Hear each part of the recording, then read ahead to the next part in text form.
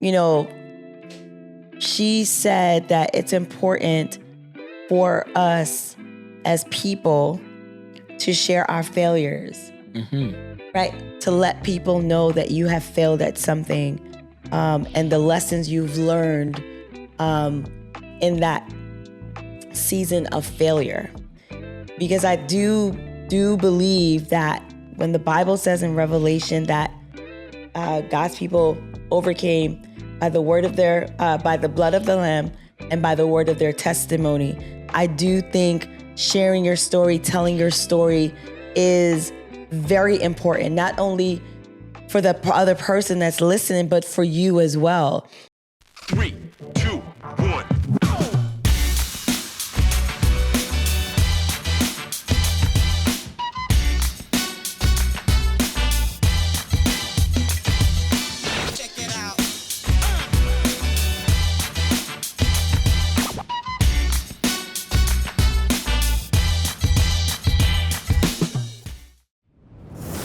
What's up, everybody? It's your boy Jamie. I was about to say it's your boy Carlene. It's your boy Jamie, and it's my girl, my wife, my lady Carlene.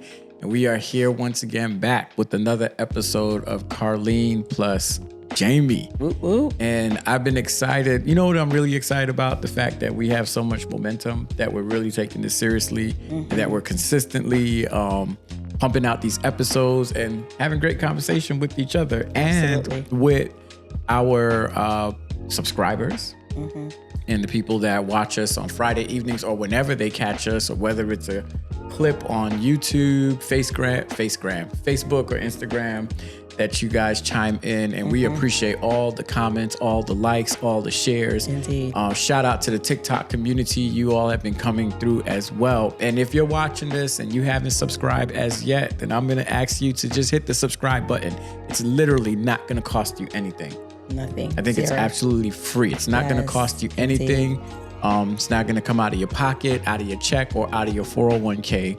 But we're trying to hit 1,000 subscribers. We're getting closer. And we appreciate those that have subscribed. And we just want to continue to make sure that we are pumping out good material, good conversations, and meaningful stuff so that it can help you along the way. So as we normally always start, Carlene, how has your day been?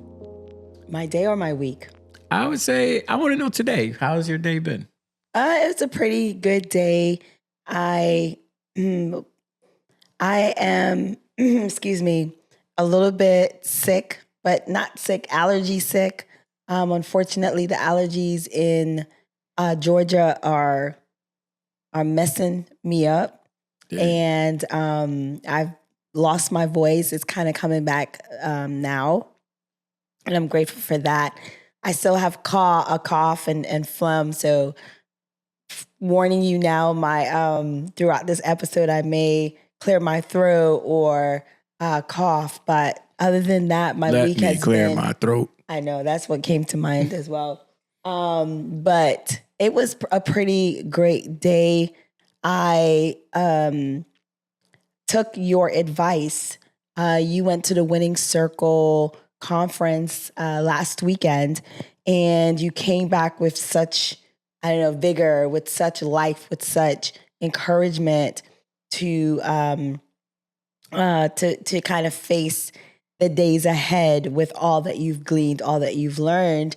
And one of the things that you shared with me was how important it is to invest in yourself, invest in your craft. And sometimes I feel that I can become complacent because I've been doing teaching for so many years.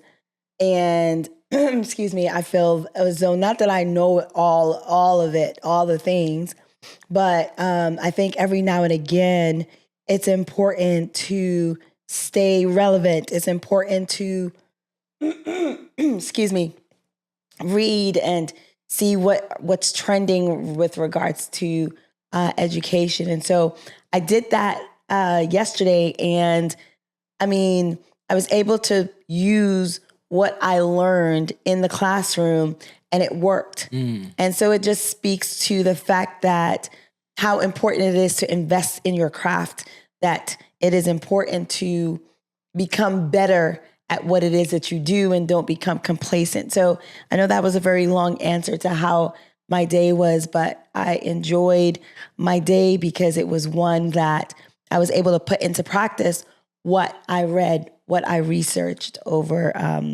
last night. No, that's good. Shout out to Dr. Edmonds, Dr. Myron, and the Men's Winning Conference and to his entire team. Like, I told him, because I wanted him to get his flowers right there, that was the best conference that I feel like I've attended in my life up to now. And just because of how quick it was, but how impactful it was too. Like the presenters, the information. Yeah. And I'm telling you, I'm on go mode right now. That's what's up. With the stuff that I've just been learning and writing down. And so I'm excited about what I'm going to do in the near future and reveal it to all of you as well. Amen. Amen. I also wanted to highlight something in the news, right? We see a lot of craziness happening in our in our country. If you elect a clown, you're going to get a circus. So essentially, I just want to give a shout out to Senator Booker. Oh, yes. Who stood on the Senate floor for 25 hours and 4 minutes. And I think that was just a glimmer of hope, a glimmer of there will be a better day or better days are coming. Just to know that our leader, he sacrificed a whole day. And so just wanted to highlight, to shout that out, because I know when we were live, we would often talk about, what's happening in our news in our country and stuff like that. But I think even though we're pre-recording our episodes, I think it's still very much important for us to highlight those things that are happening and not become like super deaf to what's happening in our world. Yeah. Shout out to Cory Booker, like you said, because the record that he broke was held by a segregationist. Correct. And to see a black man stand up and rewrite and change the narrative and break a record that was held by a racist was just round of applause all around. And then the other thing too is like people have been approaching me about our podcast, and there are a lot of people who think that we are live. Oh, really? Like they actually think that right now, as you're watching this, they think that we are live. Wow. And so someone was asking me like, how do you switch the cameras like that? And I'm like, bro, I edit it and then I upload it. Oh, wow. And he was like, all this time I'm sitting there thinking that y'all are actually live talking to us. But maybe because sometimes we'll watch. So, this is why it may seem like it's live. Because while the episode is showing, we will watch it. And then I'll be typing comments as people are commenting as well. But yeah, so it's good that you brought up, your week, the week in the United States, and just knowing that, a change is gonna come, as Sam Cooke said. And one thing about us as Black folk is that we are resilient. One thing about us as a people, as humans, is that we always bounce back. And I believe we are. I believe that a lot of things are going to happen in this space that we're in right now. But those are just my ruminations that I've been having. But nevertheless, that's not what our episode about. It's not, but I do. What our episode tonight is about. It's not. It's not. However, I do want to highlight two quotes from what he made mention of from his speech or his protest. I don't know, was it in protest? Speech, protest. I mean, it was protest speech as well, because he's talking about this administration and its blatant disregard for the marginalized, blatant disregard for Black and brown people. They're just like unashamedly really trying to destroy democracy, and just having the green light to do it. And I think we need people like Mr. Cory Booker to stand up and to continue to protest through word, protest through action, protest through dollars, to let them know that this is unacceptable and that we need to save our democracy. So some quotes from his speech. Yeah. Fear is a necessary precondition to courage. Our American history, if nothing else, is a perpetual testimony of the achievement, of impossible things against impossible odds. Another one that he made mention is, if America hasn't broken your heart, then you don't love her enough. Wow. I mean, like, I can keep going on and on about the good trouble that he got himself into and how important it is for us to also mobilize ourselves, that we too can get in good trouble. That's as right. well. That's right. Shout out John Lewis, right? Getting in good trouble. Yes. Shout out Cory Booker. Shout out to the heroes that you probably can't see all the pictures that are on the wall, but I know that James Baldwin said to live in America is to be in constant rage. Also too, that because if you love this country, as Cory Booker said, then you should be able to critique it when it is going when you feel like the wrong direction, which a lot of Americans feel that way, and just the world, right? Yes. With just the unnecessary madness that is happening right now that doesn't need to happen. But you know, one thing about us is that we are a praying couple. Yes. And that we know that some of our viewers are praying individuals as well. And it's important that we pray for our brothers and sisters that are not just in America, but that have lost funding simply because this country does not want to continue with USAID that helps with medical aid and food in vulnerable countries. And the sad reality is that a lot of these vulnerable countries are countries where Black and brown people reside.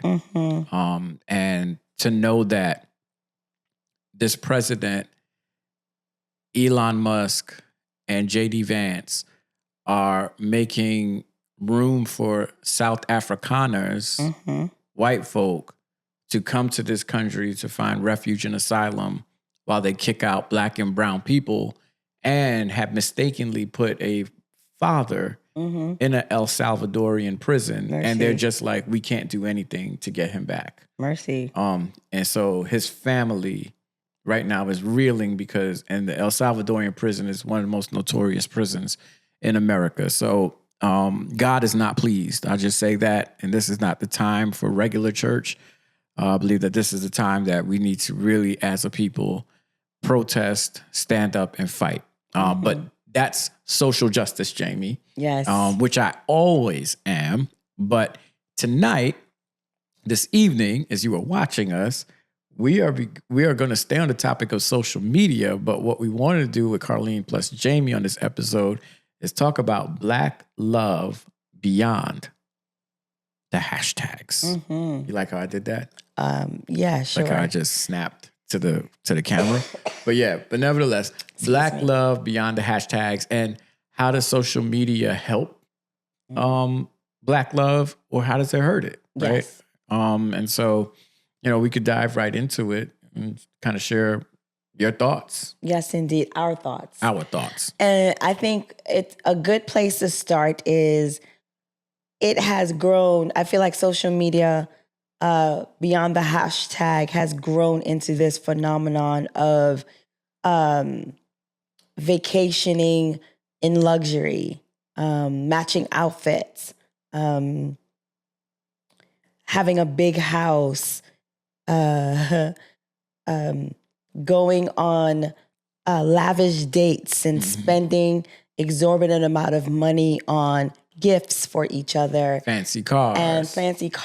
And just really highlighting these material things, right?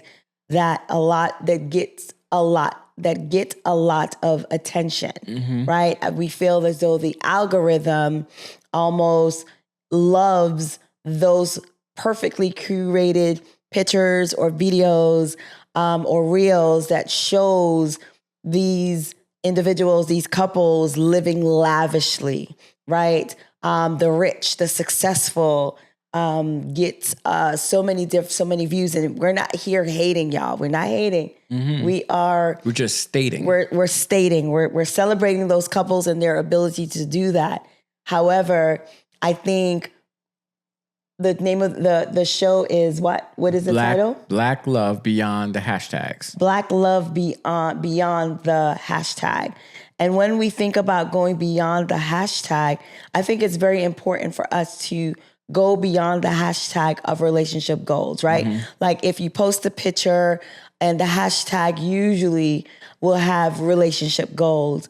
And the more I sat with it is the more I asked, like, what does that mean? What does relationship goals mean? Yeah. Right? I feel like it's varied.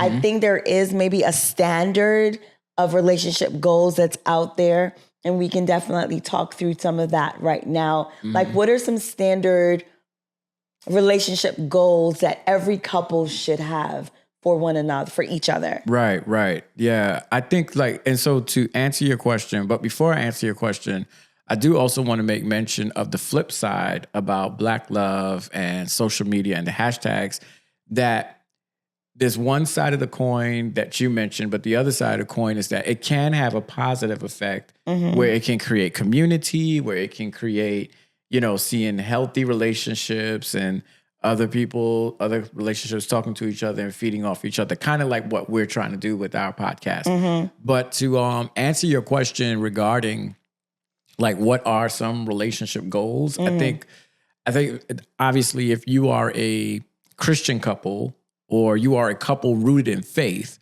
I think one of the goals would be to make sure that your faith is the center of your relationship, whatever that faith may be, or whatever that belief that both of you share. And I think that is the center. That should always be a goal, right? I think a goal should also be, for better or for worse, right? The vows that we took, and how the vows that we took before God and before people, and how are we uplifting those? How are we honoring those? How am I respecting you as an individual, as my wife, as a person? And I think also too, the other things as well, like the traveling and different things that nature, the leisure activities. I think those are, relationship goals. Correct.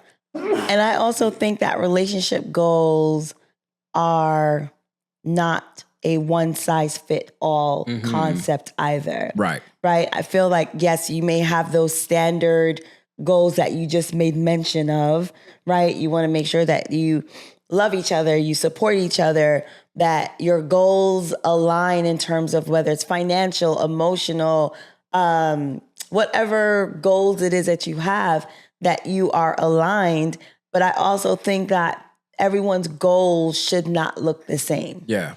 Because I feel like when we look at each other, we're different than our neighbor, our neighbor that's married, right? Their relationship goals may look completely different than ours. Yeah. But I think that in our society, in our community on social media, it just seems, Black community, and I want to highlight that, it just seems as though relationship goals it's flashy, it's the big gestures, it's all those things, and not really highlighting what we call or consider the middle of our relationship goal. Is like, relationship goals is, we just paid our mortgage, right, for the month of April. Praise God. That's a relationship goal, right? Yeah. And not focusing so much on the big grand gestures and focusing on the everyday, what most of us are experiencing. Survival, right. Which is survival. And I think I forgot the point that I was going to make, but to the point of relationship goals, I think they also change as we change, right? Like what our goals were when the first 5 years of our marriage are completely different from where we are right now in year 17, right? That I think that even with the addition of children, like we had to add goals and kind of shift and do different things. And each one of those things cause you to behave differently, to think differently, to speak differently. I know the moment that we had Caitlin, I drove differently. Right. Like I think a lot about different things, and also have different goals for them, right? And kind of how do I set aside my goals to make sure that they receive their goals? And I think those are all part of relationship goals, because the relationship is not just you and I. The relationship is with our children too. That's right. It's this whole unit, and basically with the internet and with social media is we get snapshots of people's lives. Correct. And those snapshots are just what they are, snapshots. Exactly. So that goes right into what it is that I wanted us to talk about a little bit more of reality versus representation, right? Mainstream social media encourages or highlights, right? The flashy, it doesn't necessarily showcase the middle, what we consider the middle. Yeah. It more highlights the celebrity couples or highly curated relationship reels or photos. Yeah. So let's talk a little bit about the reality versus the representation. Right. Like what can you say or add regards to that? Yeah, I think okay, so the reality versus the representation. There is something about us that loves the representation. I think there's something about American society, I don't know, or maybe developed countries, or I think everywhere. It's just people. Just people everywhere. Just people everywhere.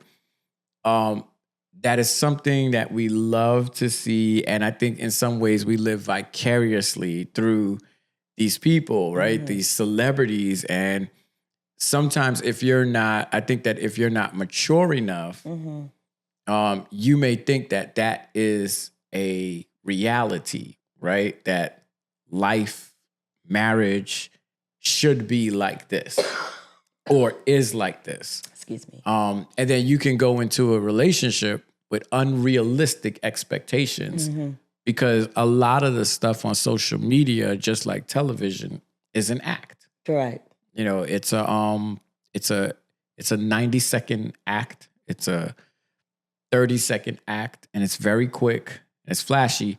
And if you look at one of those videos long enough, your algorithm knows what your brain likes, and it'll continue to feed that. So the more you feed that, the more you feed it, it stays in your brain, and then it becomes difficult to decipher what is real from what is fake. Because when you see maybe the real couple, like even if you see, it's so messed up nowadays because even if there's like a real conversation or an entanglement or an issue between a couple and that shows up on your social media feed, you might think that's an act as well.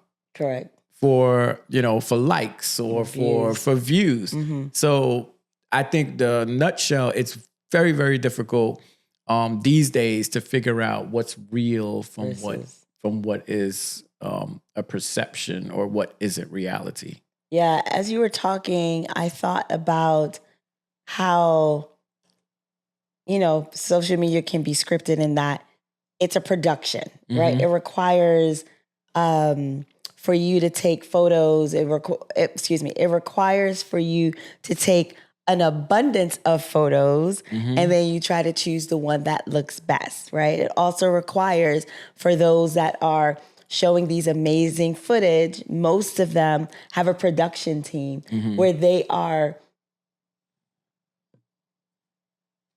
purchasing, where they are having people, hiring people to provide these services of creating these reels, creating these beautiful curated photos, right? Where again, what is real versus what's a representation of it. Yeah. The real is, let's go ahead and look at those few photos that didn't look as perfectly curated, right? Right. That's real versus, no, let's choose the one that looks the best. Right. Right.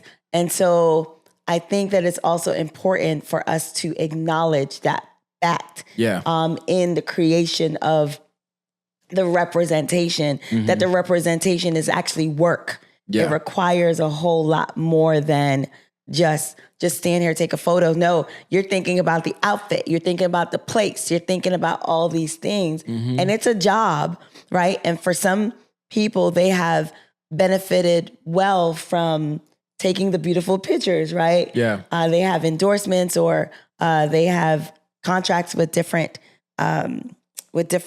companies, right, to help sell their products and stuff like that. And we get it. We understand it's a business. It is. But I think when it comes to relationships, just like it comes to anything else, that it's important for us to decipher what's real versus what's the representation. Yeah. The brand that they're representing. Yeah, yeah. And I think it goes back to, so what we as a people like to consume, right? I would even go and, bring in a conversation about hip hop. We know that a lot of rap music is stories that are being told, the videos and things like that. Some of it is unrealistic, the violence in it. But there's something about us that loves it, that wants more of it. Because when a rapper is rapping about something serious or something conscious or, like, for example, Big Sean came out with an album and it didn't do so well, but it's Big Sean just talking about his mental state and just talking about what he's going through with therapy. And the album didn't do well. The content is amazing. Yeah. But it's not what we want. So sometimes the problem is not so much with the people that are on social media. The problem can be with us. The consumer, because we're consuming it. And our algorithms and our algorithms continue to feed us that. And so maybe we don't want to hear the reality, and then there's also shame that probably comes with being straight up honest, to be like, yo, we got a tax bill that we got to pay. We got to figure out what school our girls are going to go to, or I got to figure out, how I'm going to get this, or we got to figure out how we're going to pay the mortgage. And that takes a lot of time and a lot of work. And then I think that for me, I'm like, man, I don't want to burden the world with whatever problems that we may be going through or that we may have. But there's a reality that people probably want to see that. Yeah, I don't know.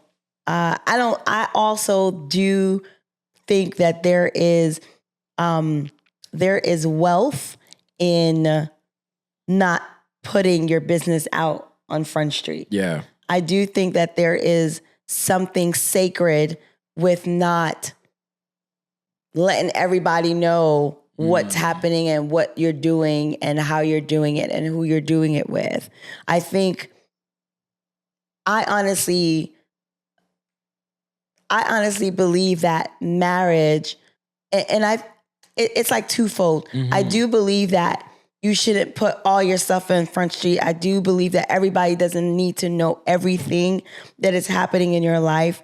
However, I do think that there are parts of your story or parts of your reality that people can see so that you can help them. Yeah. Right? Because we all are different, but we experience similar things, right? We may be going through something that someone else is going through. And then when you understand or you see, oh my goodness, I went through that. And now you're encouraged or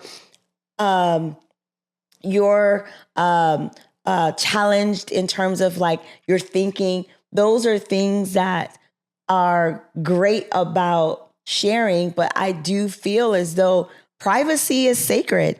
And I know in this day and age of social media, everybody's putting everything out there. And I'm just like, no, I think that some things should be left private. Yeah. And that you should have if you want to keep whatever it is that you want to keep private, keep it private.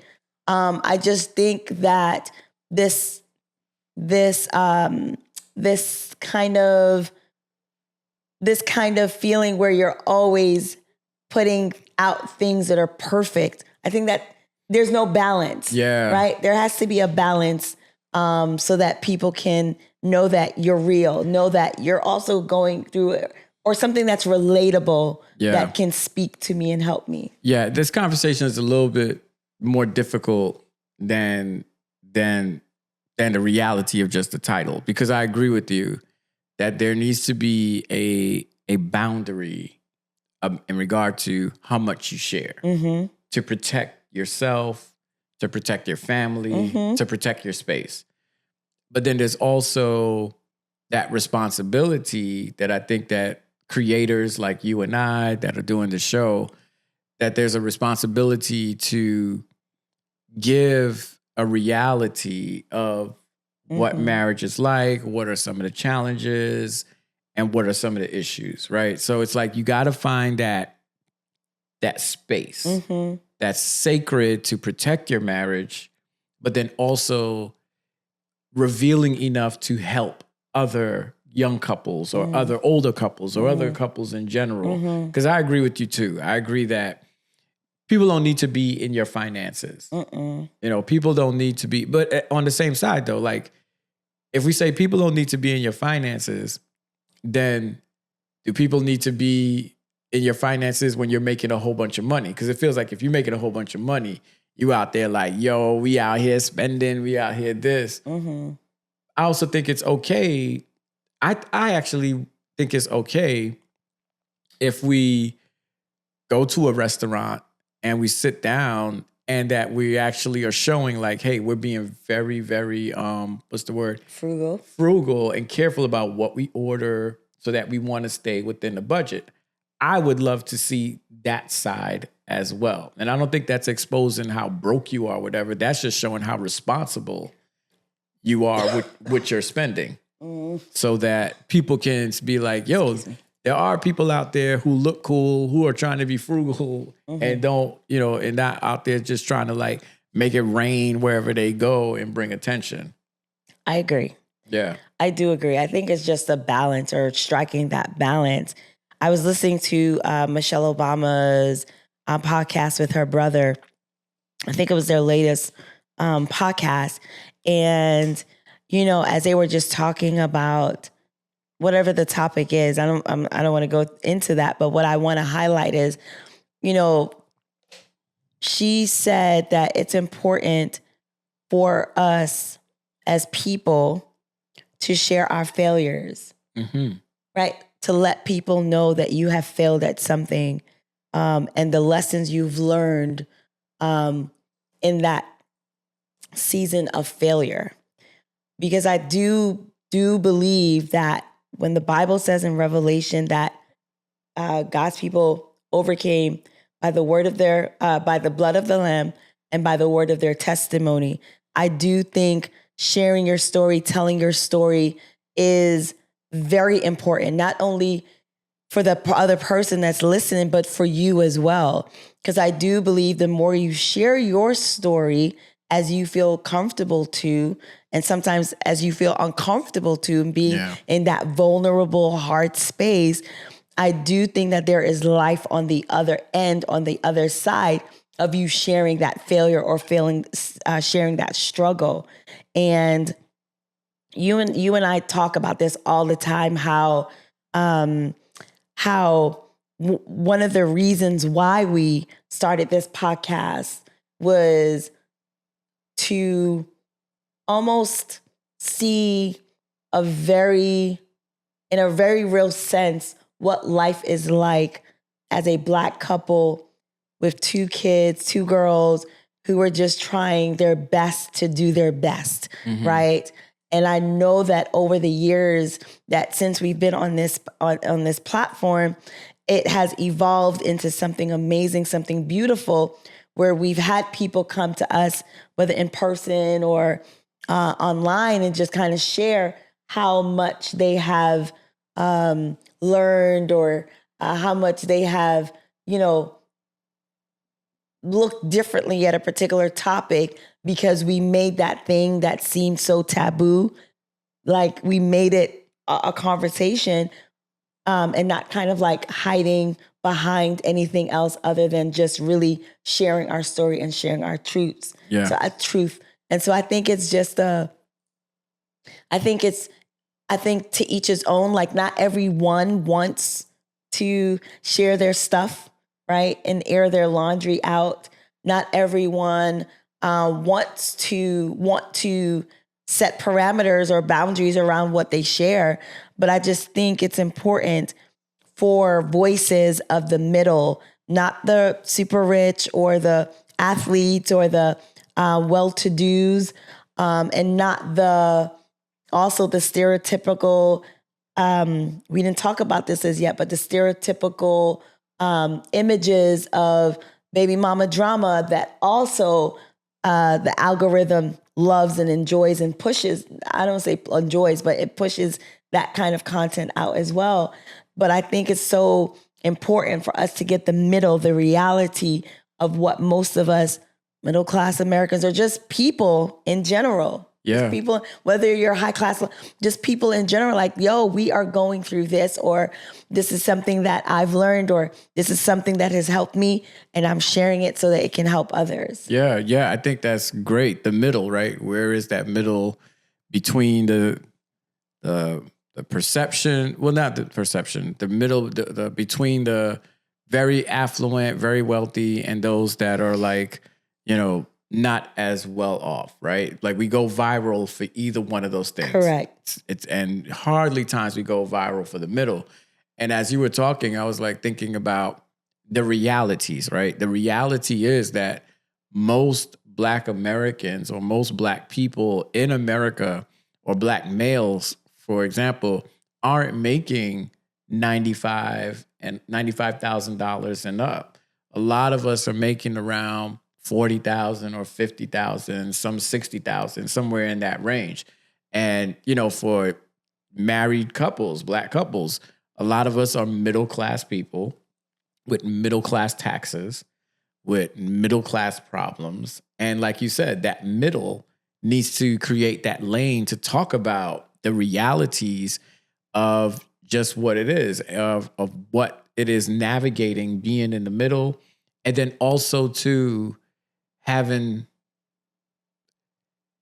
I think being protective of our marriages and not going viral for the wrong things, if that makes sense. Because we as Black people, I feel like there's a lot of pressure that I believe that we live under. Oh yeah. And I think that pressure is that pressure to be perfect, that pressure not to be loud, that pressure to dress a certain way, that pressure to speak a certain way, that pressure of your family looking a certain way when we go out, right? Like when we tell our kids, like, keep it down. Why are you making noise? While our counterparts, their kids be rolling all over the mall and things like that. And just understanding, like, yo, that is a part of the Black experience in America, a part of the Black experience that doesn't always show up on the algorithms. And I think it's upon us to make sure that, at least if we can be that voice, other couples can be that voice of showing the middle, showing the reality. Because for me, at least, my understanding, or my teachers were the hip hop community. And it was rappers that were telling me how to treat a woman and what to do with a woman, and, don't love her too much and have more than one woman. And so I didn't grow up in a healthy married unit. My parents were divorced. And so, that's what you see. So it's almost like, okay, if dad's not teaching me and mom's too busy working, then I got to find an outlet in which to listen to. And that carries over into, and the same thing like social media, a lot of hip hop is an act. Correct. Right? It's an act, and it appeals to a part of our brain that makes us happy. Yeah. And we want more of it. Because I think it's an escape. Yeah. It's an escape. And maybe if we identify it as just that, an escape, where sometimes it's vicariously living through other people's lives and other people's trips and other people's clothes and other people's, what appears to be the happiest moments of their lives. And I think that I think that we should not look to social media for end all. Like it shouldn't be our end all. Mm-hmm. It should be where we're making the time or taking the time to be able to create moments and memories and not necessarily clamor after what's popular or what's trending, but truly be with the one. If you really want relationship goals, I think the relationship goals really exists outside of the camera, outside of the capturing the right moment. Right. I think it literally exists when the camera is off, you're sitting on the couch watching TV together, you're walking, taking a walk, or you're doing things together. I think that is the relationship goals. And unfortunately, we don't get to see those things. And we just hope that for those individuals that are showing those really aesthetically beautiful pictures, that they are capturing, that they do have those moments where they're really connecting and being amazing off camera as they are on camera. So I just think that, especially for Gen Zers, right? People in Gen Zs. I don't know. Millennials, Gen Z, I don't know. X, Y, Z, ABC, all of y'all. I think, oh goodness. Just say they age. I think that 30, 40. I think it's just important that there is more a focus on learning how to create those moments for yourselves and not, yes, you can be inspired. I think there's something, you can be inspired by looking at other people's lives or looking at other people, what other people do with their lives or their spouses or their boyfriend, girlfriends. But I think it behooves us more even to use that inspiration, not as a comparison thing where I'm going to compare myself to that person, or I'm going to compare my spouse or my boyfriend, girlfriend to that person. You know what I mean? I think that's just like something we didn't talk about as well, but I think it's just important to use it as oh wow, that's so cool that they did that or they went there. Okay, maybe I can, do this or do that, opposed to like really going into a hole because you feel as though you can never attain, you can never reach or level up to who is appearing on these reels and whatnot. But yeah, I think if I'm going to talk to anybody that's listening right now, I would say there's a lot of advice on the internet. It's like a lot. There's like a lot of advice about how to get rich, about couples and how to take trips and how to break the system and get this credit card and get these points and all this stuff. And all advice is not good advice. And I think it's important when it comes to looking at relationships that just like social media is a world through a filter. And I think we also need to view it with filters. And with those filters, take what can add value to you as a person, what can add value to you as a couple, and filter out and keep the other stuff that will have an adverse effect on you.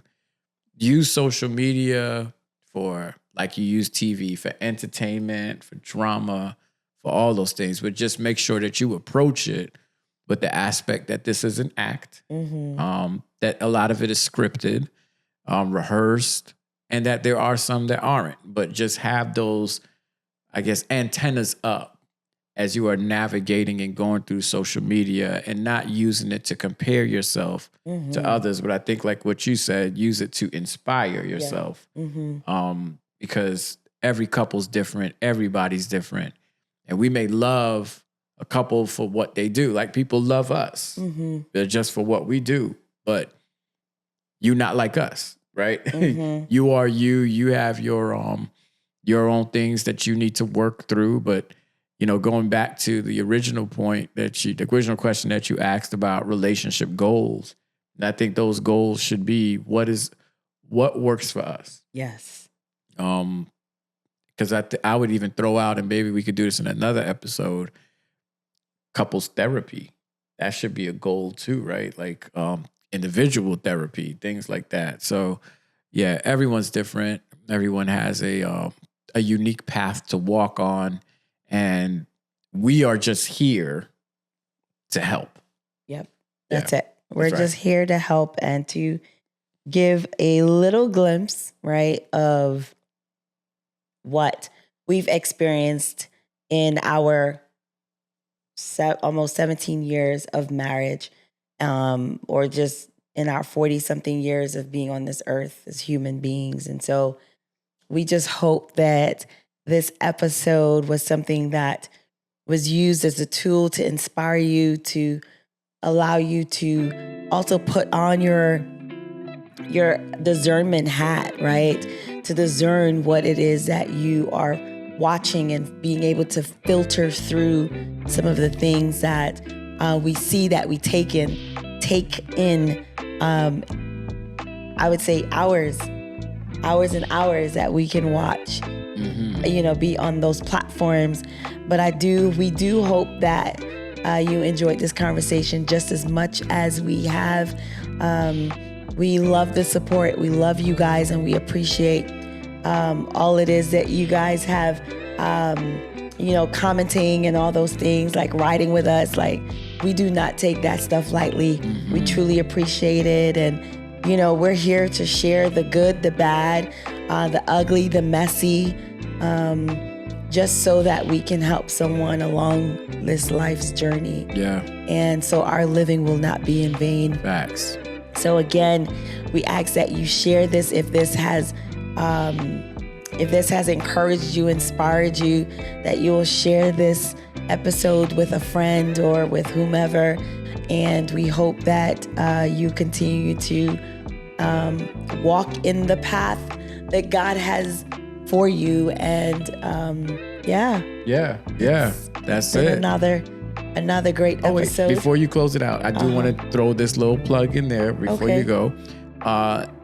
Everything you said perfectly. And just to add to that, we are trying to create community with our podcast. So if you know of any couples or any people, any individuals that are doing like what we're doing, put them in the chat, put them on the YouTube page, because we would love to meet them and connect. Because I think like it's one thing to talk about creating the middle, but I think it's also good to actually put action to it and tell people to recommend and put them in there in the chat so that we can see what they're doing and possibly learn from them as well. Yeah, thank you for that.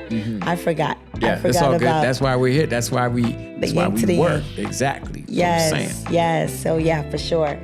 Because we would love to curate a thread of sorts with people who are giving some really great, real content of relationships and all the things, relationship goals. Right. But yeah, leave your comments, put them in, and let me know if y'all want me to bring back rapping after every episode. I'm good. Thank you so much. Thank you guys. That was a very quick answer, but I'm talking to the people. Let me know if you want me to bring back Freestyle matter. Fridays. Carlene matters. Carlene does matter, but the people matter too. So if you want me to bring back Freestyle Fridays, holla at your boy. But yes. I think we're good. I think we've come up a little bit higher in our production and all the things. So we'll have to go. You know what? How about you leave that for a live? We could do that on a live episode. But anyway, this is your girl, Carlene. This is your boy, Jamie. Peace. Peace.